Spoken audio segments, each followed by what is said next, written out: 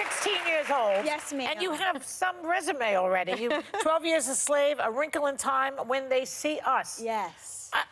Tell me how you decided to become an actress at such a young age. I started at 3, but I 3. feel like it was something that I was meant to do and put on the earth to do, and it just came out at 3 because I went up to my mom and I told her I wanted to be on TV and I wanted to be a superstar. So thankfully I have a good enough mama where she wants to support me, and then she's also a great businesswoman. So she said, if you're trying to call out your future at 3 years old, then we're gonna try to do it. Wow, wow. So you've gotten to work with some incredible people, Ava DuVernay and other people, but you say that you have another hero. Who's the hero?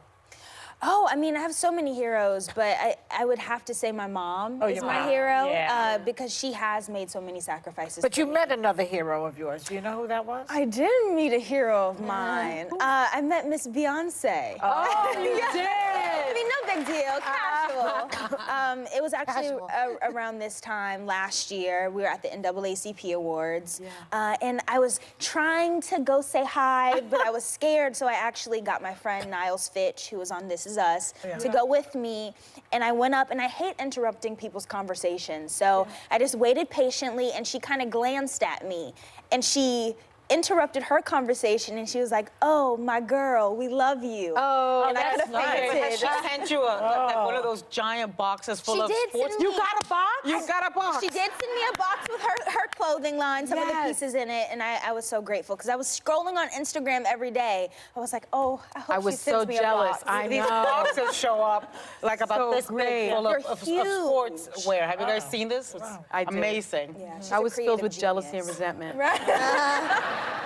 I'll take the champagne that she sends over.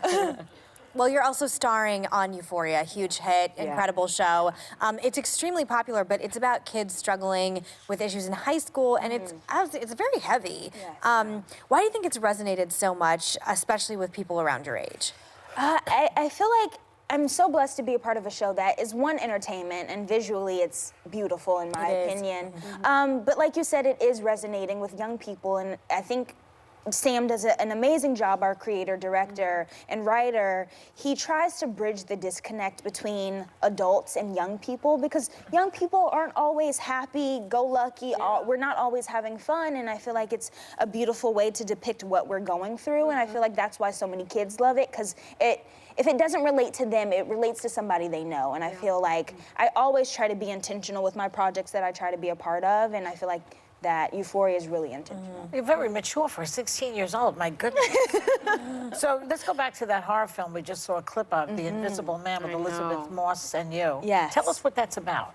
Yeah, so we know that The Invisible Man is something that people have loved for a long time, and it's one of Universal's biggest monster films. So I don't think we tried to alter it in any way. We just wanted to reimagine it, and I feel like the way we did that was having Cecilia at the center of the film. And she's struggling, and we talk about gaslighting and domestic violence and toxic masculinity. So I think it goes back to the point of having a genre film and having something that's entertainment and will have you on the edge of your seat, but it's also very grounded and relatable. It's scary. And scary. Yes, very scary. It's based on the original Invisible Man with Claude Rains movie where you can't see him. Yes, it is. Because Ralph Ellison wrote a book called The Invisible Man, which was about the black population. Right. So it's a little different. Yes, it is a little different. Yeah.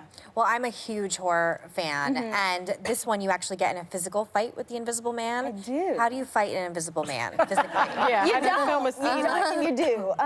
It was challenging because I had to imagine the unimaginable. So I'm like there on the floor fighting myself and fighting the air. That's hard. Yes, it is very hard. But I feel like I had to be very physical and very emotional at the same time, which like really pushed myself because I didn't have anyone to tell me what to do. I had to really rely on my skills, and thankfully it looks pretty good in my opinion. Well, Fantastic. thanks. For me, it's been very hard and disappointing to be sitting next to such a late bloomer. You're a talented girl. You will go far. You have an incredible future ahead of you, my dear.